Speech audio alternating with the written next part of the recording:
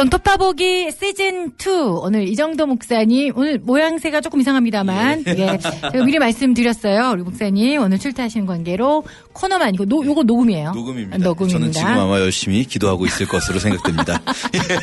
자, 그래도 우리가 이게 캠페인이기 때문에 얼마 안 남았는데, 예, 목사님 한번 빠지시면. 빠질 순 없죠. 또 김 빠지시잖아요. 우리 예. 청취자분들께서. 이제 그래서, 자, 오늘 부득이 녹음으로 함께 하도록 하겠습니다. 주정환 목사님한테 인사 한번 나눠주시죠. 예, 주 목사님 감사합니다. 자, 오늘은 어떤 예. 오늘은 저희 에베소서 볼 차례고요. 에베소서. 내일 이제 빌립보서 골로새서 해서 에베소서가 6장, 빌립보서 골로새서가 4장씩이에요, 둘 다. 수월하네요. 예, 그래서 총 14장이거든요. 네. 가볍게 네. 보도록 하겠습니다. 먼저 이제 오늘 에베소서인데요. 에베소서의 상황을 알 수 있는 부분들이 이 편지 안에 보면 예를 들면 3장 1절에 이런 말이 나와요. 그리스도 예수의 일로 너희 이방인을 위하여 갇힌 자 된 나 바울이 말하거니와 이런 표현도 있고 네. 또 4장 1절에도 그러므로 주 안에서 갇힌 내가 너희를 권하노니 이렇게 갇힌 자가 됐다. 이 말은 바울이 감옥에 있다는 거잖아요. 바울이 로마 감옥에 있는 상황이겠죠. 바울이 이제 감옥에 네. 있었던 건 빌립보 감옥 잠깐 하루 있었던 거 빼고는 로마 감옥이니까요. 로마 감옥에서 쓴 옥중서신인데요. 이게 바울이 로마 감옥에 2번 들어가는 걸로 보입니다. 근데 그 중에서 에베소서는 편지 내용에 긴박함이 없는 것 같아요. 그걸 보면 네. 첫 번째 빌립보서 저희 내일 말씀드리겠지만 빌립보서 보면요. 이 첫 번째 수감은 풀려날 것이 뻔해 보이는 그런 수감이었어요. 우리가 사도행전 마지막에 보는 그거죠. 네. 만 2년 동안 셋집에 있었다. 이렇게 셋집이라고 번역해놨지만 말하자면 가택연금에 가까운 거예요. 네. 이 상태에서는 바울이 자기가 밖에 나가지는 못하지만 방문하는 사람들은 자유롭게 만날 수가 있었고요. 예. 그래서 이 사도행전 마지막에 보면 2년 동안 담대하게 거기서 복음을 전했다고 하거든요. 자, 그 상황에서 바울이 어쨌든 자기가 밖에 나갈 수는 없으니까 이 교회들의 편지로 보낸 편지들을 옥중서신이라고 네. 부르거든요. 오늘 볼 에베소서나 내일 볼 빌립보 골로새서 전부 옥중서신인데요. 자, 이때 보면 6장 21절 맨 끝에 나의 사정 내가 무엇을 하는지 너희에게 알리려고 하는데 사랑받는 형제인 두기고가 모든 걸 알리겠다. 그러면 이 편지, 이 에베소서라는 이 편지를 두기고라는 사람이 들고 에베소로 갔다는 거예요. 네. 이 두기고라는 사람이 골로새서도 보면 두기고가 들고 간 걸로 나와요. 그러니까 아마도 이 사람이 편지들을 들고 한 번에 간 걸 거예요. 뭐 여러 번 왔다 갔다 하기에는 사실 거리가요. 지금 에베소 골로새는 터키에 있고 네. 바울은 로마에 있으니까 우리는 뭐 편지 보내면 금방 가지 이러지만 이 시대는 그게 아니죠. 이 시대는 이제 네. 우체통에 넣는다고 가는 게 아니잖아요. 맞아요. 막 네. 걸어 다니고 배 타고 이래야 되니까 아마 여러 교회로 보내는 편지들을 들고 두기고가 이렇게 쭉 한 바퀴 돈 것 같아요. 그래서요, 이 에베소서 골로새서 이런 편지들은요, 교회의 어떤 특별한 문제가 있어서 편지를 쓴 게 아니라, 다른 편지들은 그거잖아요. 뭐, 교회에 어떤 문제가 있어서 바울이 그 문제를 해결하기 위해서 일단 몸이 못 가는 상황에서 편지부터 빨리 쓰고 내가 곧 갈게 이런 식인데, 이 에베소서 골로새서는 교회에 어떤 상황이 있는 게 아니라 바울이 자기가 감옥에 있으면서, 이제 뭐 그렇게 막 불편한 과목은 아니에요. 네. 그러면서 어쨌든 교회들에게 그동안 이제 좀 더 강조하지 못했던 부분들, 요 부분들을 좀 더 강조해야겠다 생각을 한 것 같아요. 특히 이제 골로새서 같은 경우는 맨 뒤에 이런 말씀이 있어요. 이 편지를 너희가 읽은 다음에 라오디게아인의 교회에도 이 편지를 보내서 읽게 하고 또 거꾸로 내가 라오디게아에 보낸 편지가 있는데 그걸 니네가 가져다가 읽어라. 골로새랑 라오디게아는 붙어있는 도시거든요. 바로 옆 마을이니 옆 도시니까 서로 이제 돌려가면서 읽으라는 거예요. 보편적인 편지를. 그런 그렇죠. 권면상. 보편적인 권면상. 정확한 네. 표현입니다. 네. 이거는 어느 특정한 교회만 읽는 얘기가 아니라 모든 교회에 필요한 거예요. 에베소는 이제 따로 떨어져 있으니까 에베소 교회에 하나 보냈고 골로새 라오디게아 2개 붙어 있으니까 2개의 편지로 나눠서 보낸 것 같아요. 자, 우리가 이제 라오디게아서는 없어진 거죠. 사라진 거지만 어쨌든 에베소서를 보면 아마 라오디게아서에도 비슷한 내용이 있을 것 같아요. 네. 에베소서의 주제, 이게 어쩌면 바울이 이 노년에 정말 교회 공동체에게 해주고 싶은 이야기들일 거예요. 막 교회 문제가 있어서 그동안은 그것 쫓아다니라 바빴는데 그 주제 한마디로 말하면 교회가 무엇인가입니다. 교회가 무엇인가. 교회론의 편지라고 해요. 자, 1장에서 먼저 바울이 인사합니다. 바울의 인사 항상 똑같죠. 뭐 나 바울이 뭐 편지하노니 은혜와 평강이 있기를 바라노라 하면서 인사하고 바로 이어서 찬송이 들어가거든요. 보통 찬송과 기도. 네. 근데요, 이 에베소서의 특징은 찬송이 엄청 길어요. 이제 바울이 아마도 감옥에 있으니까 할 일이 없잖아요. 저도 이제 기도원 들어가면 할 일이 없이 거기 가 있다 보면 생각도 네. 정리가 되고 뭐 그럴 텐데 굉장히 길게 이 찬송을 써요. 1장 3절부터 찬송하리로다 하면서요. 잘 보면 이런 표현이 반복돼요. 1장 6절에 은혜의 영광을 찬송하게 하려는 것이라. 12절에 영광의 찬송이 되게 하려 하심이라. 14절에 영광을 찬송하게 하려 하심이라. 요 세 번이 반복되거든요. 네. 그게 일종의 어떤 단락 구분인데요. 3절부터 6절 그 첫 번째 은혜의 영광 찬송하게 하려 하심이라. 거기까지는 주제가 뭐냐면 잘 보면 하나님 곧 우리 주 예수 그리스도의 아버지 즉 성부 하나님께 찬송하는 거고요. 네. 그리고 7절에는 우리는 그리스도 안에서 성자 예수님께 찬송하는 것. 예. 그리고 13절에 그 안에서 너희도 진리의 말씀 곧 구원의 복음을 듣고 약속의 성령으로 인치심을 받았으니 성령 하나님을 찬송하는. 성부, 성자, 성령을. 그렇죠. 나눠서. 성부, 성자, 성령 하나님의 사역을 삼위 하나님을 나누어서 각각의 사역을 찬송하고 있어요. 특히 성부 하나님의 택하심과 양자되게 하심, 또 성자 예수님의 죄사하심과 구속하심, 또 성령 하나님의 인치시고 보증하심, 이것들을 찬양하면서 바울이 이 편지를 웅장하게 시작하죠. 이 에베소서에도 강조되고 골로새서는 이게 완전 주제가 되는데 그게 뭐냐면 우주적 기독론이라고 불러요. 우리가 좀 우주적 신학적으로는 기독론. 네. 기독이라는 말 무슨 말이냐면 그리스도라는 뜻을 한자로 기독이라고 씁니다. 우리는 우리가 기독교라고 부르는데도 네. 이게 어디서 나온 말인가 잘 모르시는 경우가 있는데 한자 중국어로 네. 그리스도를 그리스도. 기독이라고 써요 한자로.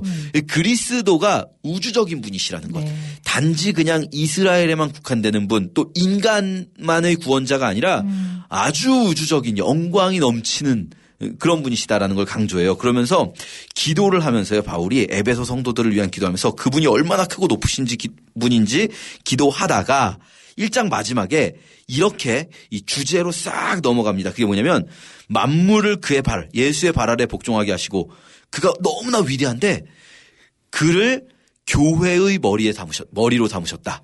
자, 그러니까 그 위대하신 예수가 누구냐면 교회의 머리예요. 그래서 1장 마지막 절 23절에 교회는 그의 몸이니 만물 안에서 만물을 충만하게 하시는 이의 충만함이다.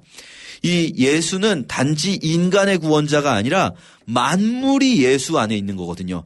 그런데 그 만물 위에 뛰어나신 그분이 바로 교회의 머리시고 교회는 그의 몸. 교회와 예수는 뗄래야 뗄 수가 없는 한 몸이에요. 한 몸. 자, 그렇게 이제 에베소서에서 바울이 진짜 하고 싶은 교회의 이야기가 2장부터 본격적으로 펼쳐지는데요. 2장 교회는 무엇인가 첫 번째 바울이 크게 보면 두 가지 비유를 든다고 할 수 있어요. 뭐 세 가지라고 할 수도 있지만 첫 번째는 뭐냐면 교회는 예수의 몸이에요. 예수님이 머리고 교회가 몸이 돼서 어떻게 교회가 그럼 예수의 몸이 될 수 있는가? 예수 그리스도가 그의 몸을 부셔서 그의 몸을 부셨다는 건 이제 죽으셨다는 거죠. 네. 자신의 몸을 부셔서 십자가로 인간 사이에 막힌 담을 허셨어요. 이방인과 유대인 사이에 또 모든 인간 사이에 막힌 담이 십자가로 헐어지고 이제 온 인류가 그 안에서 하나가 될 수 있어졌어요. 그렇게 해서 예수께서 자신의 이 육체의 몸을 부수시고 새로운 몸을 지으신 거예요. 그래서 이제는 이 둘로 자기 안에서 여기서 이 둘은 유대인과 이방인이거든요. 자기 안에서 한 새 사람을 지으셨다. 새로운 한 사람. 이게 이제 교회예요. 네. 그리고 두 번째 교회는 또 뭐냐? 건물인데 어떤 건물인가? 성전이에요. 성전. 하나님이 거하시는 곳.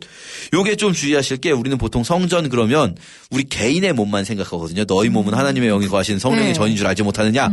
요 말씀 생각하는데 개인의 몸도 성령의 전이지만 사실 이제 성전이란 단어를 바울이 쓸 때는 예루살렘에 있던 그 성전을 상상하면 되거든요. 네. 근데 이 성전은 방 하나짜리 건물이 아니에요. 여러 건물과 부속기관들이 결합돼서 그렇죠. 네. 하나의 큰 건물을 맞아요. 이루는 거거든요. 바울은 지금 그 얘기하는 거예요. 우리 개개인이 하나의 건물인데 2장 21절에 그의 안에서 건물마다 서로 연결하여 주 안에서 성전이 되어간다. 이렇게 말씀하시는 네. 거예요. 그러니까 여러분 오해하시면 안 되는 게 교회 건물 얘기하는 게 아닙니다. 우리 교회 건물 얘기하는 게 아니라 교회 공동체. 우리 네. 이 성도들이 하나가 돼서 연결되어서 성전으로 지어진다는 거예요. 하나님이 어디 거하십니까? 이 교회 공동체 안에 하나님이 거하신다는 거죠. 성전이 되는 거죠. 그러니까 이 교회는요, 예수의 몸이고 하나님의 성전이고 위대하고 영광스러운 공동체예요. 그리고 이제 3장에 가서 그 교회에 무엇을 맡기셨나? 이 영원 전부터 하나님께서 계획하신 그 비밀한 경륜이 있었거든요. 네. 근데 3장 9절에 보면 그 비밀의 경륜을 드러내려고 하세요. 이제는 어떻게 드러낼까요? 3장 10절 이는 이제 교회로 말미암아 하늘에 있는 통치자들과 권세자들에게 하나님의 각종 지혜를 알게 하려 하심이라. 이 하나님의 모든 경륜이 무엇을 통해 드러납니까? 교회를 통해서. 교회가 하나님의 태초부터 있었던 이 계획, 우리가 복음이라고 부르는 그 계획을 교회를 통해서 온 천하에 드러내시는 거죠. 그리고 3장 마지막 절도 역시 교회를 이야기하면서 마치죠. 기도로 교회 안에서와 그리스도 예수 안에서 영광이 대대로 영원 무궁하기를 원하노라. 아멘. 이거요 굉장히 독특한 기도문이에요. 기도 마칠 때 우리 보통 예수님의 이름으로 기도하잖아요. 그쵸? 바울도 똑같아요. 모두 네. 다 예수님 안에서 기도하거든요. 다. 그런데 여기서는요. 우리가 예수님의 이름으로라고 말할 때 그 으로라고 번역한 게 사실은 인이에요. 영어로도. 예수님의 이름 안에서 기도하는데 여기서 유일하게 교회 안에서와 예수 안에서 기도해요. 예. 굉장히 교회라는 것이 그러니까 예수님과 어떤 그 예수님과 한 몸이기 때문에 교회가 그렇죠. 거의 그런 위치로 교회를 올리고 있는 거예요. 교회 공동체가 얼마나 위대한가. 바울이 이 노년에 그걸 말하고 싶은 거예요. 그냥 이게 개개인이 예수님을 믿고 개개인이 하나님을 믿는데 그냥 어쩌다 보니까 우리가 모여 있으면은 그래도 좀 뭐 시너지 효과가 나니까 모여 있는다. 요런 정도가 아니고 그냥 말씀을 배우기 위해서 모이는 학원이나 뭐 이런 기관이 아니고 네. 이 교회 자체가 이 공동체 자체가 영원 전부터 계신 하나님의 계획 속에서 하나님이 한 사람을 말세까지 기다리셨다는 거예요. 이 개개인, 우리 개개인을 하나님이 기다리신 게 아니라 하나님은 딱 한 사람을 기다리셨어요. 이 한 사람은 누구냐? 머리는 예수고 몸은 우리 모두가 그 몸의 지체가 되어 있는 하나의 교회인 거죠. 그러니까 이제 4장부터는 교회가 어떻게 해야 되는가? 모두 서로 용납하고 오래 참고 사랑 가운데서 용납하고 하나 되게 하고 뭐 이런 이야기를 4장부터 이야기하고요. 근데 우리가 이제 에베소서 하면 빼놓을 수 없게 잘 아는 것이 5장 뒷부분부터 뭐가 나오냐면 부부관계 얘기가 나와요. 우리 이제 결혼식 주례설교 전용 그 구절 아니겠습니까? 네. 아내들아 남편에게 복종하라, 남편들아 아내를 사랑하라. 네. 이게 왜 갑자기 그러네. 교회 얘기하다가 또 6장에는요 또 이제 어버이날 설교 본문 아니겠습니까? 자녀와 부모 관련된 자녀들아 주 안에서 부모에 순종하라. 그렇죠. 자 갑자기 왜 부부관계 또 부모 이게 갑자기 왜 나오나? 네.